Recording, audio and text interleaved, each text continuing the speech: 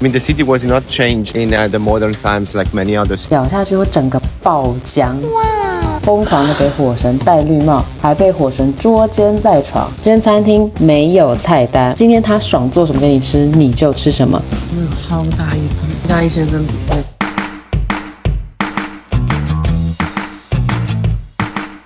小徒弟，我是淘淘，欢迎来意大利找淘淘。雅典套票7大景点5日券，上次呢带大家走了雅典卫城、罗马古市场跟哈德良图书馆，还没有看过的朋友记得点上方小卡片哦。今天呢我们要继续带大家走完剩下的4大景点，废话不多说，我们出发吧。早安呀，来希腊必吃的布嘎斯塔希腊泡芙酥，早餐当然要选个甜的来吃咯。里面的夹心奶油呢，我觉得很像马士达酱，咬下去会整个爆浆，超好吃。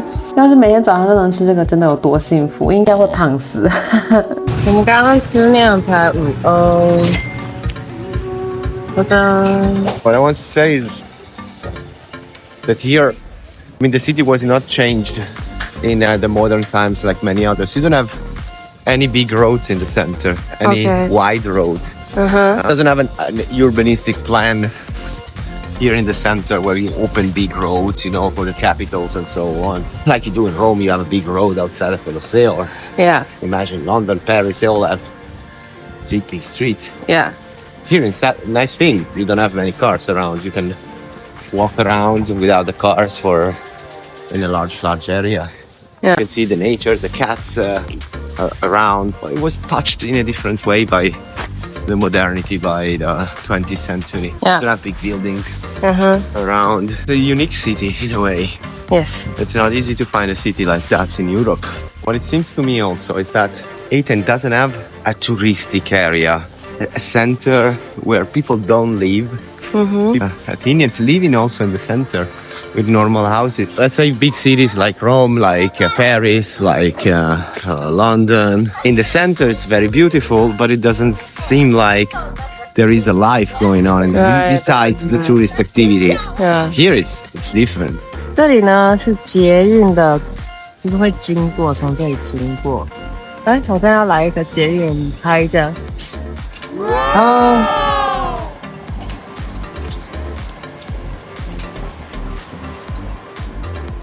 超美的，这就是我们今天要来参观的地方。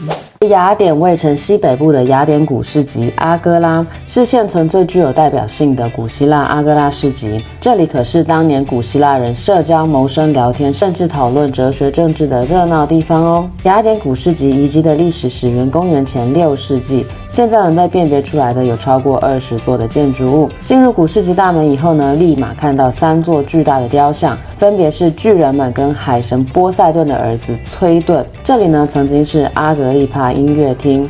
阿格丽帕是古罗马的大佬、政治家兼军人，也是奥古斯都大帝的女婿，有钱有势的人生胜利者。他在西元前15年捐了一笔钱盖了这座音乐厅，原本是2层楼，还能够坐上上千人的音乐厅，结果在西元276年被烧得稀巴烂。后来呢，又在西元400年变成了体育场。有心盖个音乐厅给人家培养文化，结果让人家变成运动场。我现在要往上去这个神庙。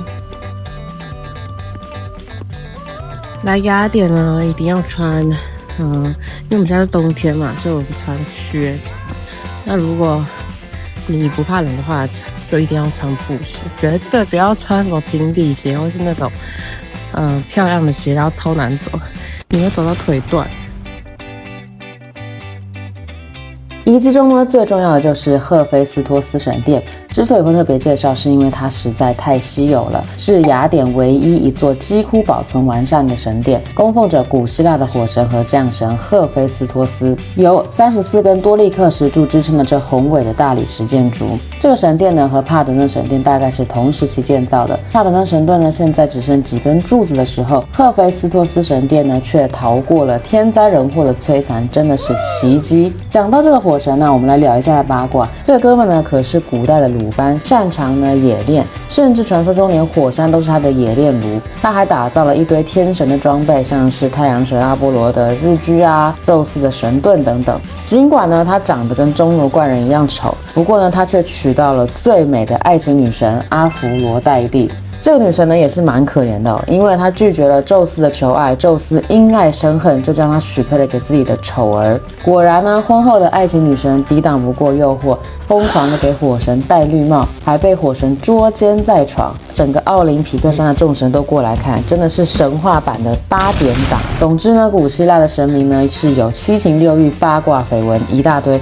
古诗集呢，另一个重要的看点是建于西元前150年的阿塔罗斯柱廊。这个柱廊呢，可是雅典古诗集的一大地标，是帕加马国王阿塔罗斯2世的心血结晶。别看它现在只是个博物馆哦，它其实原本是有42间商店的市场，简直是古代版的 shopping mall。这座柱廊是典型的希腊化时期建筑，比古典时期建筑尺度更大，也更细致。它长115米，宽20米，用大理石和石灰石建造。不过建筑呢，在3世纪时被赫鲁利人所毁。现在的柱廊可是20世纪重新修好的，是希腊唯一一栋修复完全的建筑。现在呢，则变成了博物馆。这个也包含在套票里面哦。博物馆里面的收藏呢，可是相当的丰富，从公元前3200年到罗马帝国时期的各种文物都有哦，像是粘土啊、青铜啊、玻璃制品、雕刻、钱币等等，还有呢拜占庭和土耳其占领时的陶器品等等。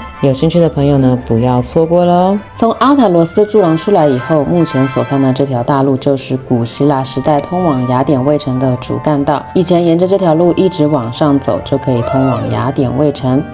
最后的景点是圣独教堂，这是一座希腊东正教教堂，紧邻阿塔罗斯柱廊，其历史可以追溯到10世纪后期。该教堂自建立以来呢，就一直保存的完善至今，是雅典在拜占庭中期新建的一个非常重要的一个教堂。在1954年到1957年之间呢，进行了修复的工作。可惜的是，冬季期间教堂不对外开放参观，所以淘淘呢就没有机会进去看。Mr. 意大利今天要带我去吃一个传说中的秘密餐厅。天哪，这也太隐秘了吧，在地下室耶。这间餐厅呢，已经有137年的历史，是雅典城市中100年老店餐厅之一。这间餐厅叫做 Di Porto， 意思就是有2扇门。当你走进地下室，穿过那2扇门，就好像搭了时光机一样，回到上世纪的雅典。墙壁上呢，覆盖着酒桶。与大多数雅典小酒馆不同呢，这些酒桶并不是装饰哦，而是实际上真的用来储存葡萄酒的。这间餐厅没有菜单，没错，今天他爽做什么给你吃，你就吃什么。不仅没有菜单，连价格都没有，就是完全给你个 surprise。一进到餐厅里面，他会告诉你今天有哪几道菜。虽然每天的选择大概只有5到6道菜，但是所有的食材都是每天新鲜从市场买进的，新鲜度无可挑剔。Acqua? Ah sì, acqua. No, è vino. Vino. 鹰嘴豆汤是典型的希腊式家常菜，上面呢还会淋上一些橄榄油，汤汁非常的浓稠，分量呢我觉得是足够2个人吃的。再来呢就是淘淘点的炖蔬菜汤，虽然看起来很简单，却非常的美味。它的马铃薯真的是炖到入口即化，超级好吃。Proviamo.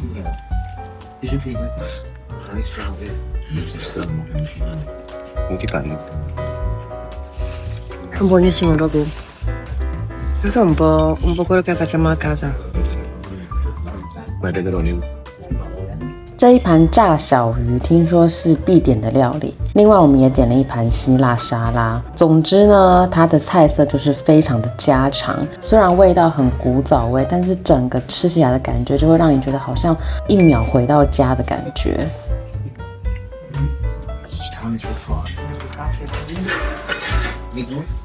Con nutrienti.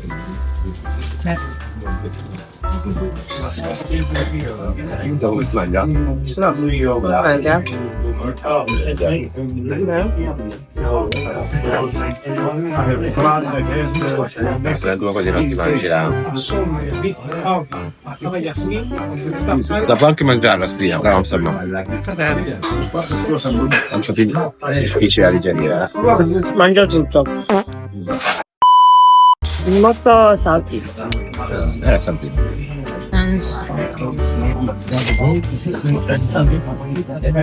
宙斯神殿顾名思义就是用来供奉宙斯的神殿，曾经是全雅典最大的神殿。它建立于西元前6世纪开始，盖了快600年，没错，600年，一直直到西元2世纪，在罗马皇帝哈德良在位时才完成，直到今天都是雅典最重要的历史古迹之一。说真的，其实没什么好看，就这几根柱子，那几颗还在维修中，所以好了，没啦，就这样。你看人柱子，可以知道这柱子有多高多巨大，真的要亲眼看到，你才觉得哇。然后从这里还可以看到这个超漂亮。历史记载，全盛时期共有104根高达107公尺、直径约1.7公尺的科林斯式的大柱子，里面呢还有一尊雕像，是哈德良皇帝向宙斯献纳的雕像。可惜在后来的战争中，神殿被大肆破坏，如今呢只能看到这仅存的15根圆柱。走出宙斯神殿，就会看到哈德良拱门。这拱门呢是为了纪念罗马皇帝在造访雅典时所建立的。当时哈德良为了兴建许多神殿，在雅典斥资投入人力跟资源，雅典市民为了感谢这位大恩人，所以建立了死拱门。海拉米克斯遗迹是古代雅典的大型墓园，有坟墓街，那里呢有墓碑与公牛雕像，不过陈列在外面的几乎都是复制品，真品呢都放在墓园里面的博物馆中，有兴趣的朋友可以去参观。我们的最后一站是吕克昂，这个地方是亚历山大大帝为了感谢他的恩师亚里斯多德所建立的。提到亚里斯多德，大概就会联想到文艺复兴时期的画家拉斐尔的画作《雅典学院》，画中心就是柏拉图跟亚里斯多德，柏拉图将手指指向天空，而亚里斯多德则将手指指向前方。这两位大师的手势巧妙地呈现了他们不同的哲学观点。在吕克昂学院里收藏了各种的资料，不仅有图书、手稿、地图，还有许多动物的资料。据说亚里斯多德常在步道上散步，边走边讲课，所以他和他的门徒呢又被称为招摇学派。走完景点以后呢，当然要来吃个希腊必吃的布嘎斯塔希腊泡芙酥来犒赏自己一下。早上我们吃的是甜的，现在是下午时间嘛，所以呢我们就来吃个咸的来看看。这个点心的特别之处就是在它那一层层的酥皮，一咬下去就可以感受到整个脆脆的那种感觉。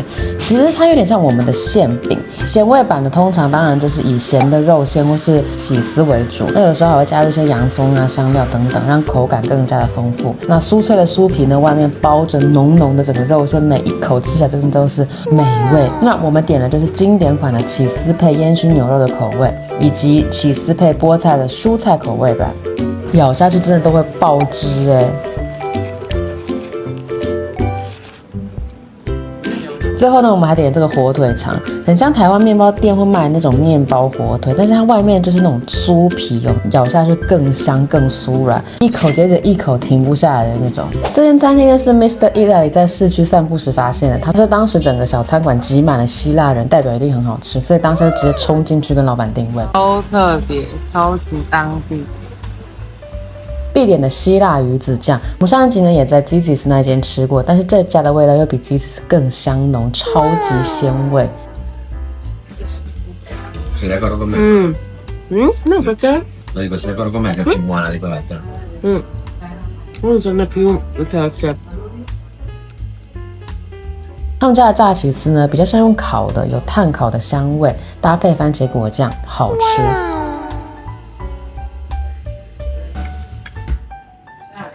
这个是番茄的果酱番茄果酱，faccio metà metà, metà senza, metà con. No, ma magari ti piace anche tutto con, però prova più. 先试试看看，没有的，就是烤起司。这叶子包饭真的很好吃，很像我们的荷叶包饭，但是它有很重的茶叶味，我超爱这一道。不要真的不要吃。Mi piace? 是超大一盘的。超大一盘，你看跟意大利先生比，你知道这鱼有多大一盘吗？很新鲜的，多到整个桌子都放不下，超多。Sí, bellissimo. 超大一只。